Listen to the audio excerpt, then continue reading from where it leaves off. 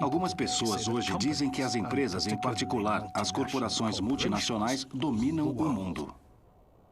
É difícil imaginar que qualquer tipo de organização humana possa domar as grandes barreiras naturais da América do Sul. Mas uma empresa acreditou que poderia. Construindo um gasoduto no valor de 1,5 bilhões de dólares da Bolívia através do continente sul-americano até a costa atlântica do Brasil. Distribuindo gás através do gasoduto mais longo do mundo, 6.430 quilômetros da extremidade da Patagônia até a capital argentina, Buenos Aires.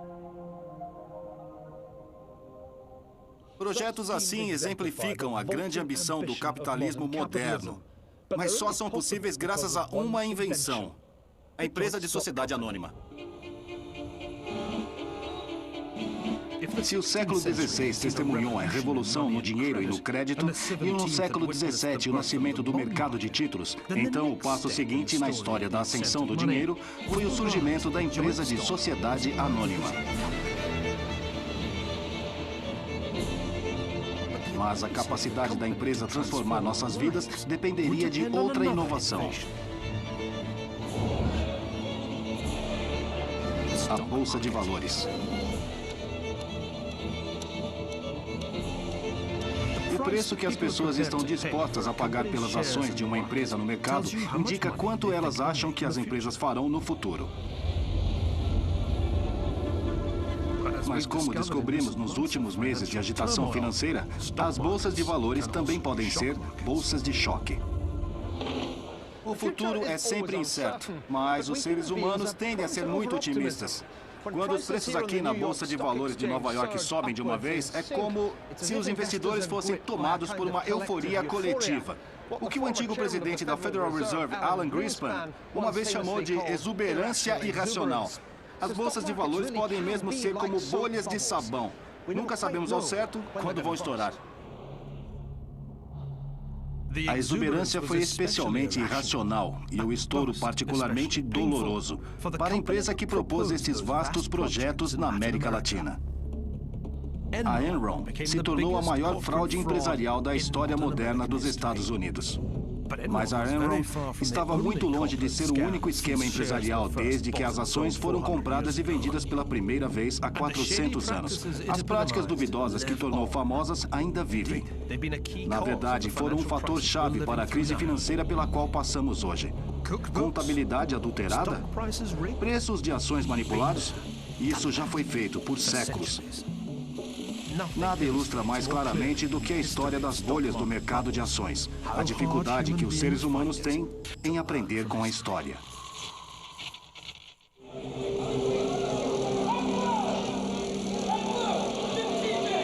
A ascensão do dinheiro. Bolhas de sabão.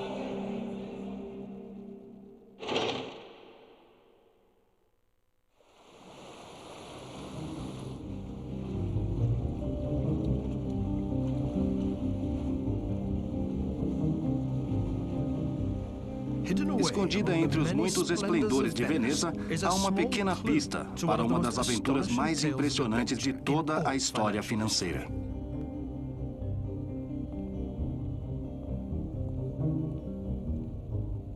Em honra e memória de John Law de Edimburgo, distinto controlador do Tesouro dos Reis dos franceses. Este é o local de repouso final do homem que inventou a bolha do mercado de ações. Um escocês ambicioso, assassino condenado, jogador compulsivo e gênio financeiro imperfeito. Não só causou o primeiro ciclo de subida e queda nos preços dos ativos, também provocou indiretamente a Revolução Francesa. Houve um tempo em que John Law foi dono de um quarto do que hoje são os Estados Unidos, tendo perdido tudo no primeiro colapso financeiro da história. De Edimburgo para Amsterdã, para Paris até aqui em Nova Orleans e finalmente em Veneza. A história de Law é um conto clássico de ascensão e queda. Também é uma história que se ajusta bem aos nossos tempos. Guardado aqui no armazém do Museu do Estado de Louisiana está o único retrato conhecido de John Law. Aqui está ele. Com esse olhar firme e ambicioso, é com certeza um escocês em busca de algo.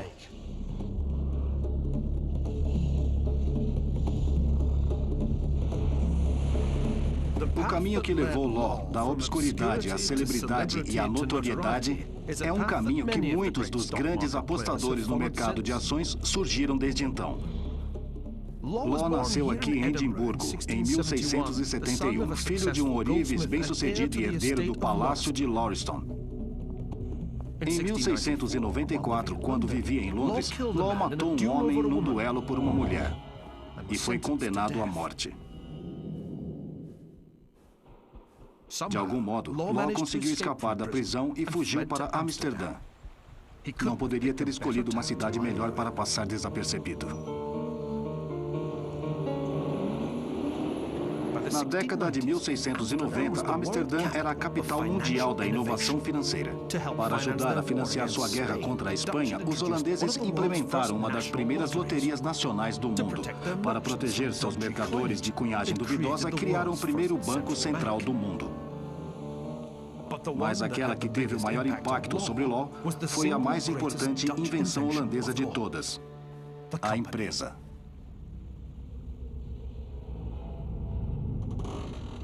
A história da empresa começou 100 anos antes da chegada de Law, quando os mercadores holandeses se espalharam por todo o mundo, da ilha de Manhattan ao Cabo da Boa Esperança. Mas foi a Ásia que se tornou o alvo principal da expansão comercial dos holandeses. Por quê? As Índias Orientais eram tão atrativas por causa disto: especiarias.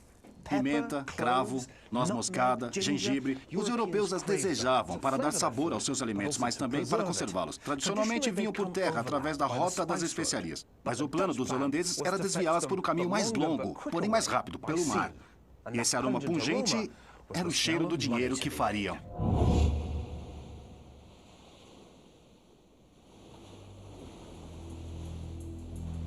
Este quadro mostra o retorno de uma das primeiras frotas holandesas do Oriente. A inscrição diz: 4 navios navegaram para ir buscar especiarias em Bantam e também para estabelecer postos comerciais, que regressaram carregados de riquezas ao porto de Amsterdã. Saída em 1º de maio de 1598, retornou em 19 de julho de 1599. O comércio de especiarias asiáticas era tão lucrativo que apenas uma viagem pagava os custos de construção de um navio como este. Mas a viagem até o Oriente, passando pelo Cabo da Boa Esperança, era tão longa e tão perigosa que os mercadores tiveram que unir seus recursos e seus riscos. O resultado foram cerca de 6 novas empresas dedicadas ao comércio com o Oriente.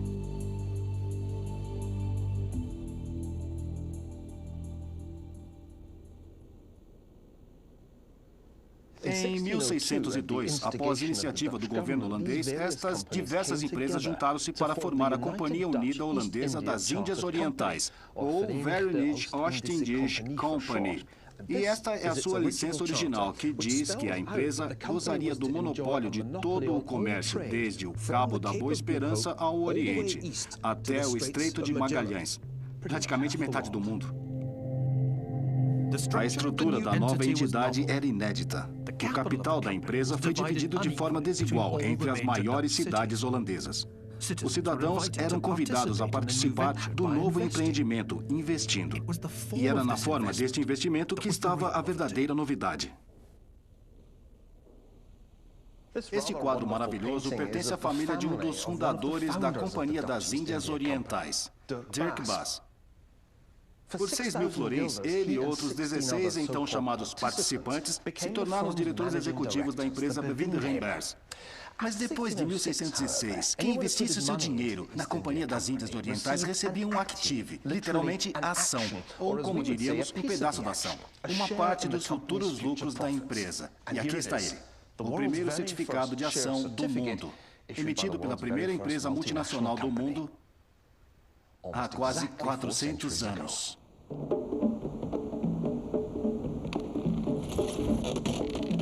Três anos depois, Bass e os outros diretores declararam que todos os acionistas que quisessem recuperar o seu dinheiro não poderiam ser reembolsados, mas teriam que vender suas ações a outro investidor. Então, de um dia para o outro, nasceu um mercado para as ações da empresa. O primeiro mercado de ações do mundo. Esta invenção mudaria a face do mundo financeiro para sempre, pois criou um mecanismo através do qual os preços das ações eram determinados pelas leis de oferta e procura, compradores e vendedores. E como o escocês renegado John Law não poderia deixar de perceber, a troca dessas ações empresariais estavam tornando os primeiros acionistas do mundo muito ricos de fato.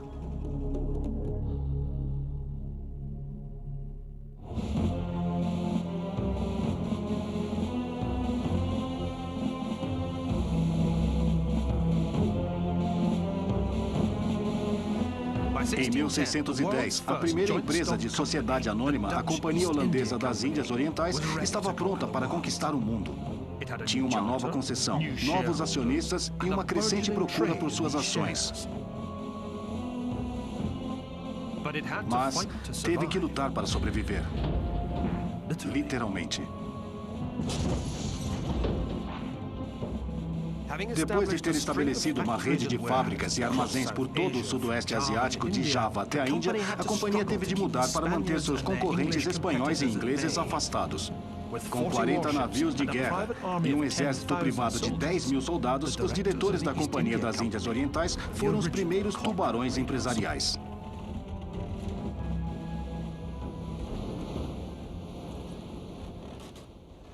Para a Companhia Holandesa das Índias Orientais, o poder de fogo e o comércio internacional andavam de mãos dadas. Mas a chave para o sucesso da companhia não estava apenas nos seus canhões, como estes a bordo do Batavia, o orgulho da sua frota.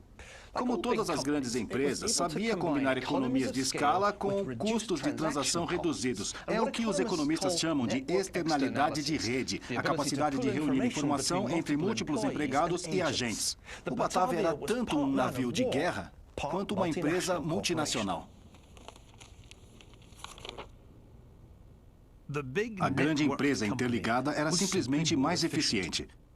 Foi por isso que, na década de 1620, já tinha estabelecido um monopólio sobre as exportações e especiarias da Ásia para a Europa. A primeira multinacional do mundo estava tornando seus acionistas tremendamente ricos. Estou olhando aqui para o registro original dos acionistas da Companhia Holandesa das Índias Orientais e literalmente todas as pessoas daqui eram vencedoras. Se tivesse investido 1.000 florins na empresa quando ela foi criada em 1736, o seu investimento valeria 7.000. Durante toda a sua vida, a empresa pagou um dividendo médio anual de 16,5%. Praticamente todos os seus lucros eram distribuídos para os acionistas. O investimento inicial de Dirk Bass era de 6.000 florins. Se transformou numa fortuna de 500.000 florins.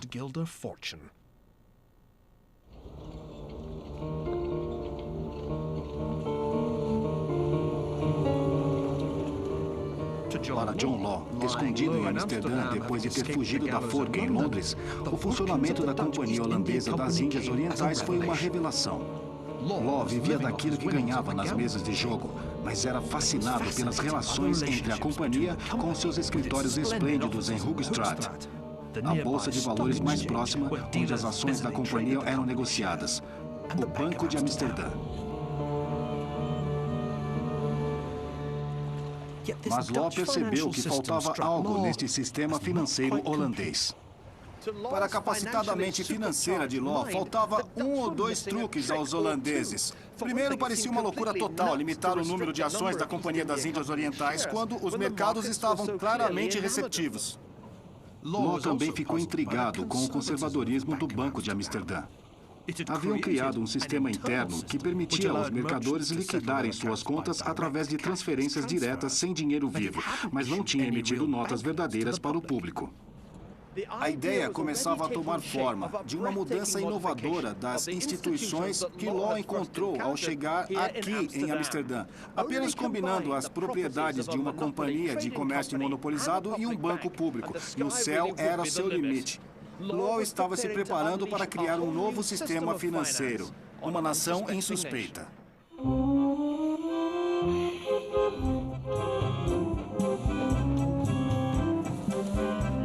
Em 1716, John Law chegou em Paris. Acreditava que a França seria o laboratório ideal para o que seria a maior experiência na história do mercado de ações. Mas por que os franceses lhe deram a oportunidade?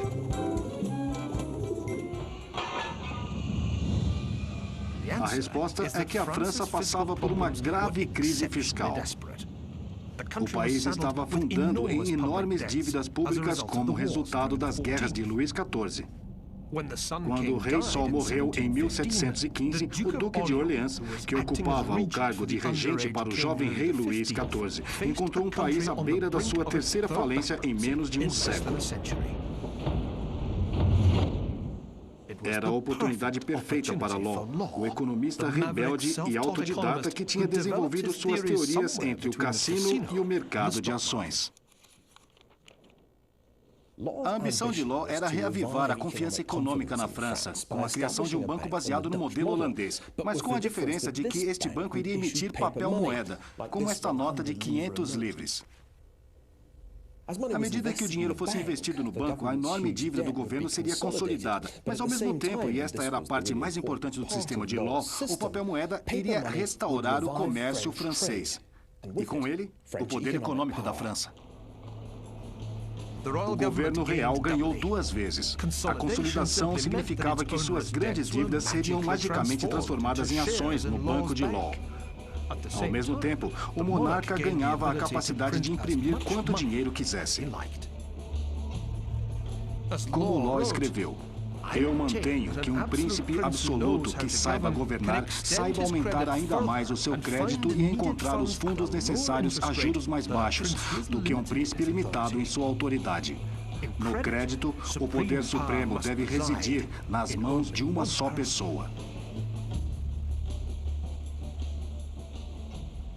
O poder absoluto estava nas mãos do Duque de Orleans, que vivia aqui, no Palais Royal, muito próximo do apartamento de Law, no Place Vendôme. Foi para ele que Law apresentou seu novo projeto. O prêmio seria nada menos que o restabelecimento do poder francês através da engenharia financeira. Mas esta era apenas metade do engenhoso plano de Law. Como Law escreveu, o banco não é a única, nem a mais grandiosa das minhas ideias. Produzirei um trabalho que surpreenderá a Europa através de mudanças mais poderosas do que foram produzidas pela descoberta das Índias. A segunda parte da ideia de Law era a criação de uma grande empresa detentora de um monopólio, a Compagnie d'Occident, a Companhia do Ocidente. Ele dizia que toda a nação iria se tornar um grupo de acionistas e o próprio Law, aqui chamado de diretor-chefe da empresa, estaria em seu comando.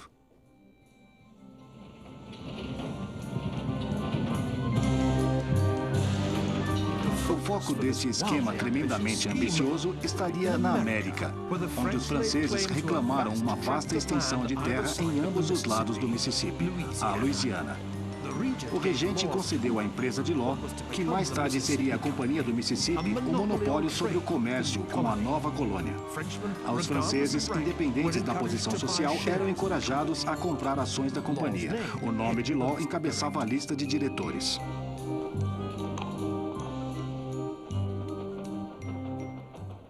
Em termos atuais, o que estes documentos nos dizem é que Law estava tentando obter uma reflação. E por que não? Em 1716, a França encontrava-se em depressão e o papel-moeda de Law ajudou a estimular a recuperação. Ao mesmo tempo, o que ele estava fazendo estava transformando uma dívida pública grande e mal gerida em ações por meio de um recolhimento de impostos privados e de uma empresa comercial. Como não gostar de tudo isso? Numa febre de especulação em massa, o valor das ações da Companhia do Mississippi disparou, do preço original de 500 livres para 5.000 no dia 4 de setembro. Em dezembro de 1719, já tinha atingido os 10.000. Rua Quincapua. E foi aqui que tudo aconteceu. Aqui era onde o escritório de Law ficava, na Rua Quincapua. Podemos imaginar as cenas de frenesi aqui, quando metade de Paris desceu por esta viela estreita, desesperada por um pedaço da ação. Quanto mais alto era o preço, mais ações eles queriam comprar. Era um caso clássico de retroalimentação do mercado. Foi neste período agitado que o termo milionário surgiu pela primeira vez. Sim, os milionários, assim como os empreendedores, foram inventados na França. Em janeiro de 1720, John Law era o mais rico de todos. Luís XIV havia dito: "L'État, c'est moi." Eu sou o Estado. Agora, o escocês renegado John Law podia dizer: "L'économie, c'est moi." Eu sou a economia. Instalado em sua luxuosa suíte aqui na Place Vendôme, ali está o Hotel Ritz. Law tinha obtido a maior concentração de poder financeiro em suas mãos do que qualquer outro indivíduo na história francesa.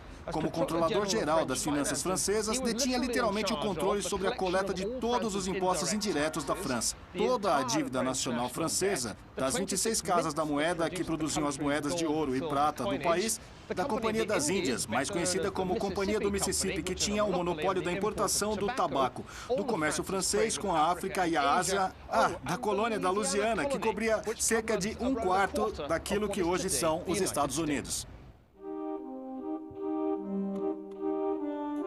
E por direito, Law também era dono do Palácio Mazarin, mais de 1/3 dos edifícios em volta do Place Vendôme, mais de 12 mansões, várias plantações na Louisiana e 100 milhões de livres em ações da Companhia do Mississippi. Nada mal para um homem que, quando chegou aqui 12 anos antes, tinha sido identificado como um joueur, um jogador profissional e um possível espião. Em janeiro de 1720, o triunfo de Law parecia completo. Um assassino escocês era então o primeiro-ministro da França. O problema de Law era que ele não tinha uma ideia clara de quando parar. Pelo contrário, tinha um forte interesse pessoal em imprimir mais dinheiro que o seu próprio banco controlava, para aumentar o valor das ações de sua empresa. Felizmente para Law, tanto seu banco como sua empresa agora operavam no mesmo prédio, o Palácio Mazarin, que por acaso também lhe pertencia. Então tudo o que precisava fazer para subir o preço das ações da empresa era caminhar pelo corredor da sala onde as ações eram emitidas até a sala onde o dinheiro era impresso.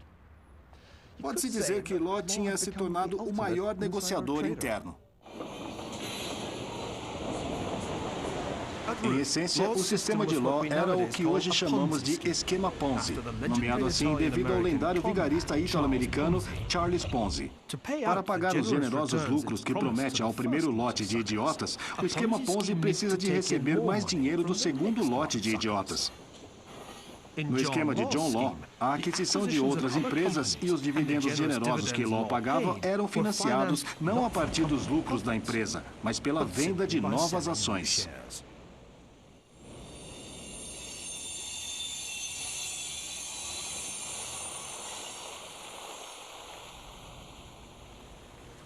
Mas como todos os esquemas Ponzi, o efeito do sistema de Law foi a criação de uma bolha insustentável. Law tinha reflacionado a economia francesa com uma combinação de papel-moeda e confiança pública. Mas, infelizmente, sua bolha estava prestes a estourar.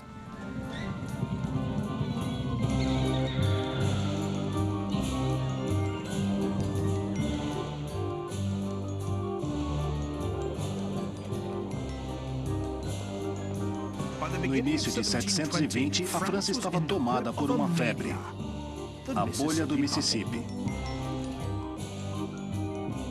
Mas o homem responsável, o escocês renegado, assassino e jogador John Law, que se tornou mestre de toda a economia francesa, estava à beira de descobrir uma lei inviolável das finanças.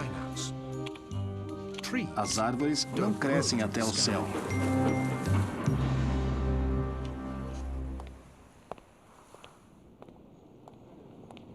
De acordo com a campanha de relações públicas de Law, os lucros enormes que ele projetava viriam da colônia francesa da Louisiana, que ele passava a ideia de ser um jardim do Éden. habitado por selvagens amistosos e nobres dispostos a trocar grandes quantidades de bens exóticos. Os bens seriam levados para a França através de uma nova cidade construída na foz do Mississippi, Nova Orleans, chamada assim para bajular o sempre suscetível regente francês, Duque de Orleans. Tudo o que faltava na colônia eram colonos. Ao perceber que os franceses estavam mais interessados na especulação do mercado de ações do que no trabalho duro da colonização, Law lançou uma campanha de recrutamento perto da fronteira franco-germânica.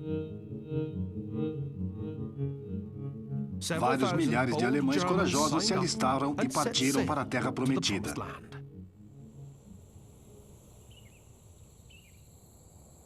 Eles acabaram aqui. Essa triste vista da Louisiana foi a primeira que os imigrantes tiveram. Um pântano infestado de insetos. Em menos de um ano, 80% dos colonos morreram de fome ou de doenças tropicais como a febre amarela. Infelizmente para Law, o principal ativo da Companhia do Mississippi, o monopólio sobre o comércio com a Louisiana, parecia ser mais ou menos inútil. Como um documento holandês descreve, esta é a maravilhosa terra do Mississippi, famosa pela negociação de ações, que através da mentira e da conduta desonesta, dilapidou inúmeros tesouros. Independente de como o homem olhe para as ações, são vento e fumaça e nada mais. Para Law, o sucesso econômico dependia da confiança. Mas isso foi abuso de confiança.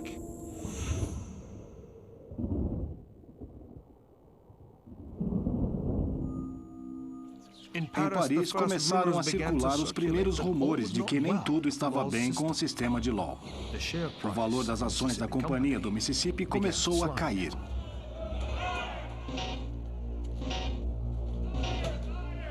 Numa tentativa desesperada de evitar o colapso, Law pediu ao Duque de Orleans para cortar o preço oficial por ação de 9.000 livres para 5.000. Isto foi quando os limites do absolutismo real, à base do sistema de Law, se tornaram evidentes. Em poucas semanas, o preço por ação estava em queda livre. Multidões revoltadas se reuniram na porta do Banco de Law, atiraram pedras, quebraram janelas.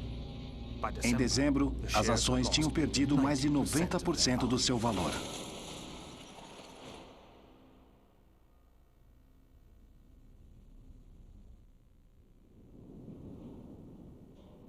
Este mapa francês de 1730 nos dá uma representação visual extraordinária da primeira bolha do mercado de ações no mundo. Aqui no topo está a deusa Fortuna, despejando bens do seu chifre da abundância. Aqui estão os investidores felizes recebendo suas ações da Companhia do Mississippi das mãos de querubins. Mais abaixo estão outros querubins rasgando as ações, ao lado de uma prensa despedaçada. E existem mais do que querubins soprando bolhas. À direita estão 4 homens com olhares muito infelizes. Um deles está se preparando para cometer suicídio, caindo sobre sua espada. Como se fosse furada por uma espada, a bolha do Mississippi estourou. Foi neste momento que Law, visto como vilão pelo povo francês, fugiu do país. Nunca mais viu sua esposa e sua filha. Passou o resto da sua vida em Veneza, dividindo seu tempo entre escrever cartas longas e autojustificatórias e o jogo. Morreu em 1729.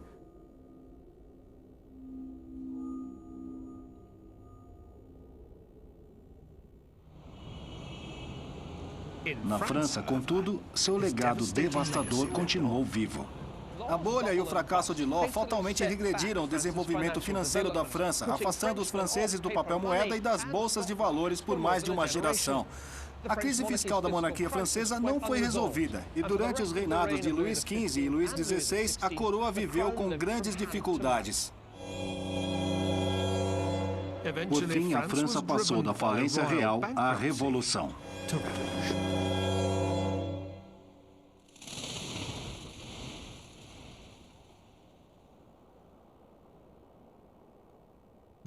A bolha do Mississippi de 1719 foi a primeira bolha especulativa da história, mas não foi de forma alguma a maior. Quando pensamos em bolhas especulativas, pensamos nisto.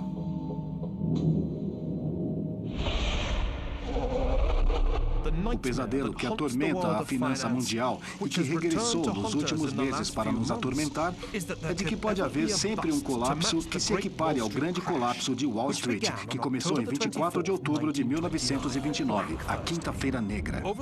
Nos 3 anos seguintes, o mercado de ações dos Estados Unidos caiu impressionantes 86%, atingindo o seu ponto mais baixo em junho de 1932.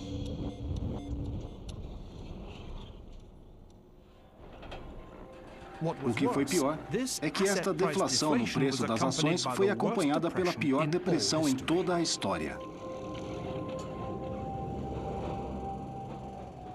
Nos Estados Unidos, a produção caiu a quase 1/3 e o desemprego atingiu 1/4 da população ativa.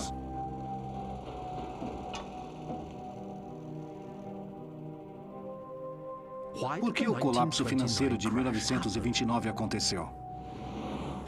Por que é que todas estas crises acontecem? Esta continua sendo uma das questões mais debatidas na história financeira.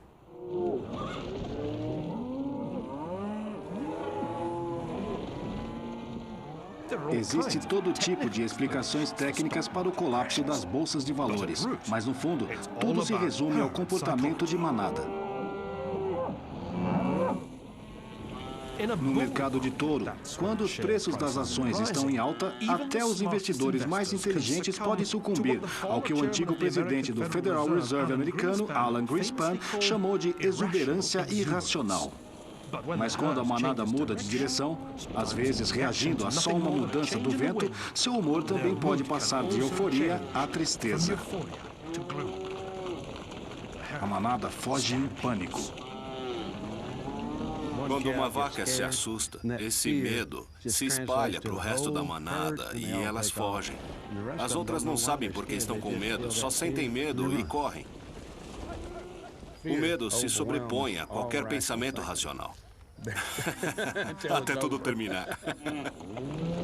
No jargão do mercado, os compradores se transformam em vendedores, os bois em ursos. Apesar da metáfora zoológica, a questão é que os mercados são espelhos da psique humana. Como Homo sapiens, estão sujeitos a mudanças de humor, da ganância ao medo. Podem sofrer depressões e, às vezes, podem viver colapsos terríveis.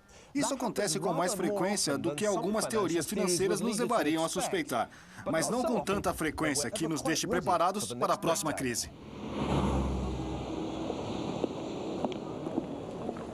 Se as oscilações dos mercados financeiros pudessem ser estatisticamente distribuídos como a medida da nossa altura, dificilmente haveria crise. A maioria dos meses ficaria dentro da média, com apenas alguns números com altos e baixos extremos.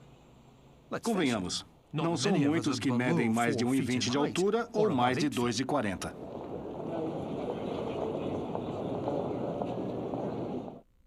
Esta é a clássica curva em forma de sino, onde as coisas são distribuídas de acordo com sua frequência, com os eventos mais frequentes agrupados nessa zona central e os relativamente raros anões e gigantes agrupados aqui nos extremos. Por isso é uma curva tão acentuada, porque a maior parte das alturas humanas está próxima da média.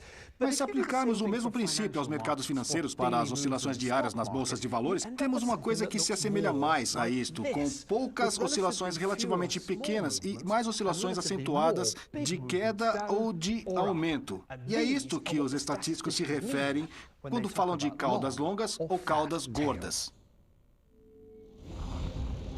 Se as oscilações dos mercados fossem distribuídas como as nossas alturas, uma queda de 10% aconteceria apenas uma vez a cada 500 anos. E quedas anuais de 20% nas bolsas de valores seriam raras, como as pessoas que têm 2,10 metros de altura. Quando, na verdade, já ocorreram 7 crises dessas no último século. Acontece que aqueles que temiam que o breve pânico de outubro de 1987 se tornasse a próxima grande crise estavam errados. O mercado teve um mês realmente ruim, mas passou. Mas essa bolha provided, forneceu forneceu uma uma oportunidade oportunidade de de ouro ouro para a fraude empresarial. A Companhia do Mississippi de John Law foi para a bolha que iniciou o século XVIII, o mesmo que a outra empresa que foi para a bolha que terminou o século XX. Era uma empresa que prometia aos seus investidores uma riqueza além dos maiores sonhos de avareza. Uma empresa que afirmava ter reinventado todo o sistema financeiro e era uma empresa que tirava partido das suas ligações políticas privilegiadas para chegar ao topo do mercado de ações. Nomeada pela revista Fortune a empresa mais inovadora da América durante 6 anos consecutivos, essa empresa foi Enron. 7 anos após seu colapso, muitos de nós atiramos a Enron na lata de lixo da história financeira. Mas ela foi pioneira em muitas práticas empresariais duvidosas que ainda nos assolam nos dias de hoje.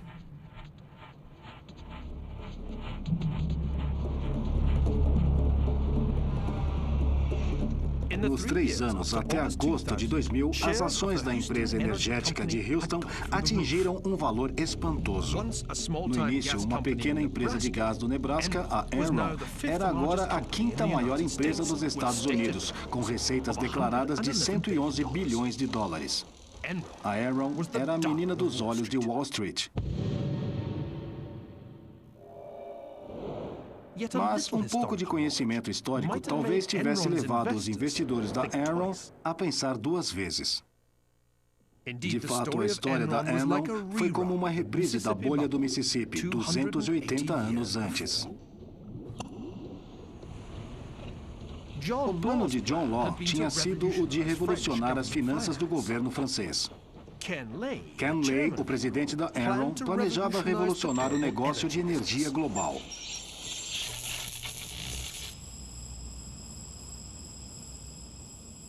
Por anos, a indústria foi dominada por enormes companhias públicas que tanto produziam a energia, extraindo gás e gerando eletricidade e as vendia aos consumidores.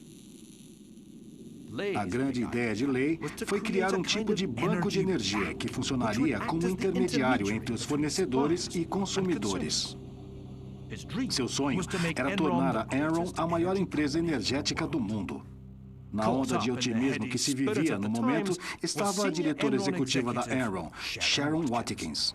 Foi muito intenso. Sentíamos que se tivéssemos uma boa ideia, a Enron nos daria o dinheiro e a colocaríamos em prática. Éramos muito jovens.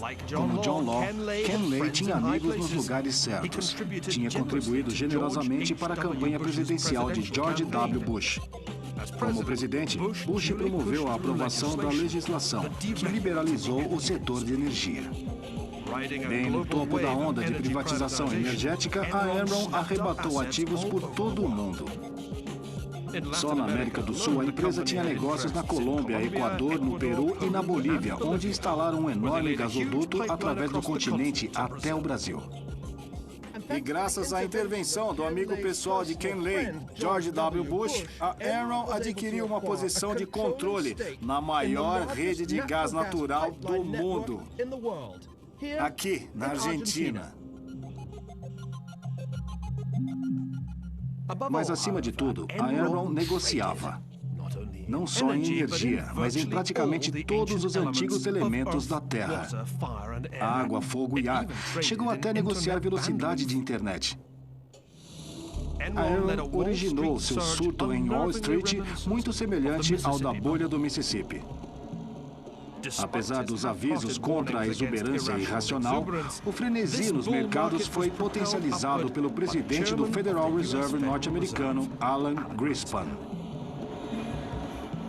Como aconteceu no tempo de John Law, uma bolha especulativa só podia ocorrer se houvesse abundância de dinheiro. E ao subir as taxas de juros, somente uma vez entre junho de 1990 e fevereiro de 1995, Greenspan assegurou isso mesmo. Os retornos para os investidores foram imensos, mas também para os gerentes aqui no quartel-general da empresa em Houston, que eram generosamente incentivados com ações de compra. E no espaço de apenas 3 anos depois de 1997, o preço das ações da Enron subiram muito próximos de 5 vezes, em menos de $20 por ação, para mais de 90. Era a Companhia do Mississippi acontecendo de novo.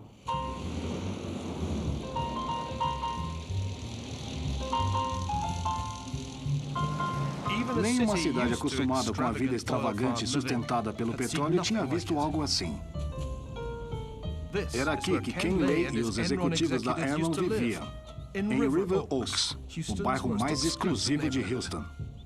No último ano da sua existência, a Enron pagou a cada um dos seus 140 principais executivos uma média de 5,3 milhões de dólares. As vendas de automóveis de luxo bateram recordes.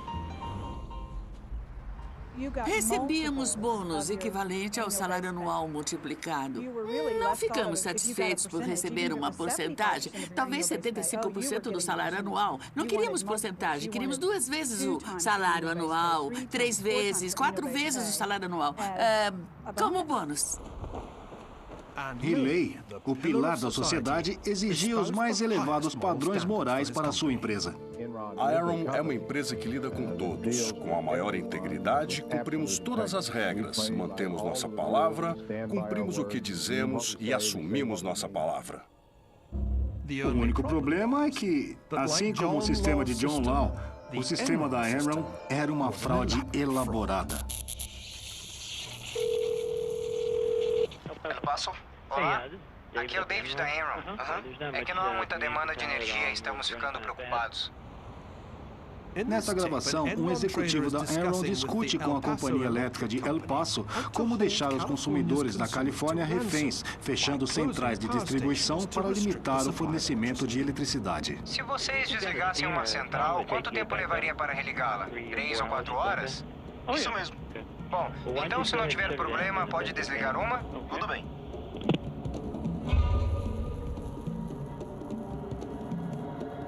O resultado não foi os preços mais altos que a Enron queria, mas também, apesar de haver muita energia disponível, apagões frequentes para os consumidores.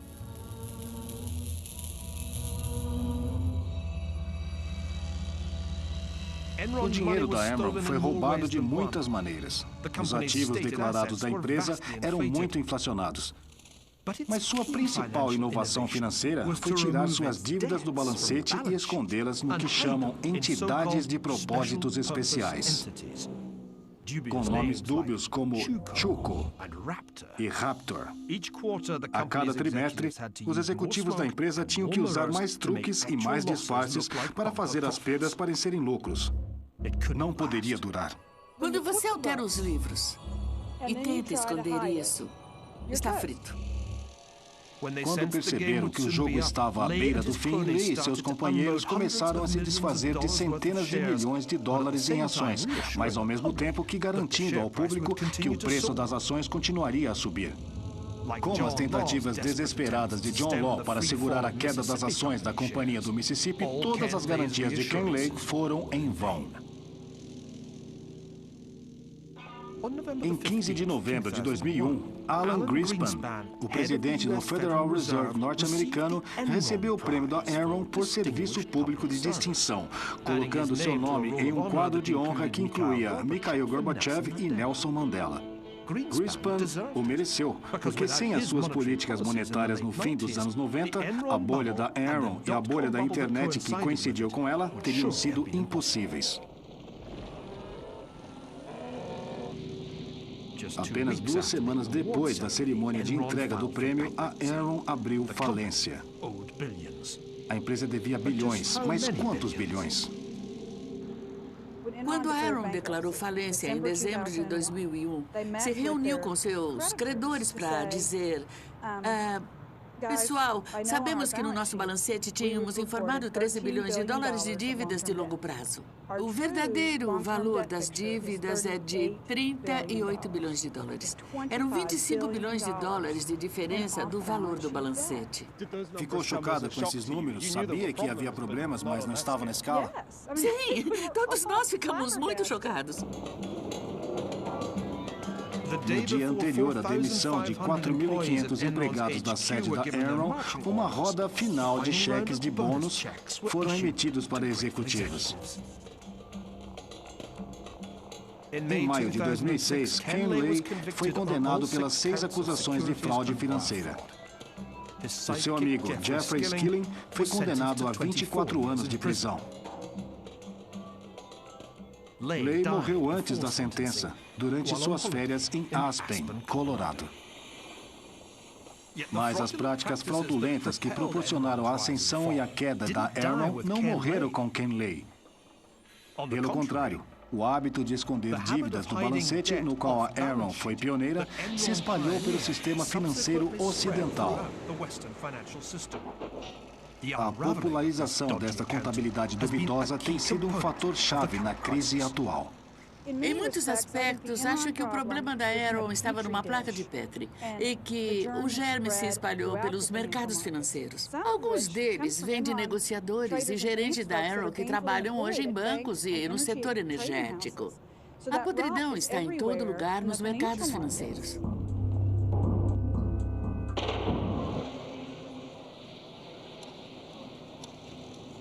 A empresa de sociedade anônima de capital aberto é realmente uma instituição miraculosa. Mas ao longo da história financeira, sempre houve algumas empresas desonestas, assim como tem surgido ocasionalmente mercados irracionais. De fato, os dois andam de mãos dadas, pois é precisamente quando os tolos fogem de uma forma mais desesperada que as pessoas se deixam levar mais facilmente. Já dizia o provérbio.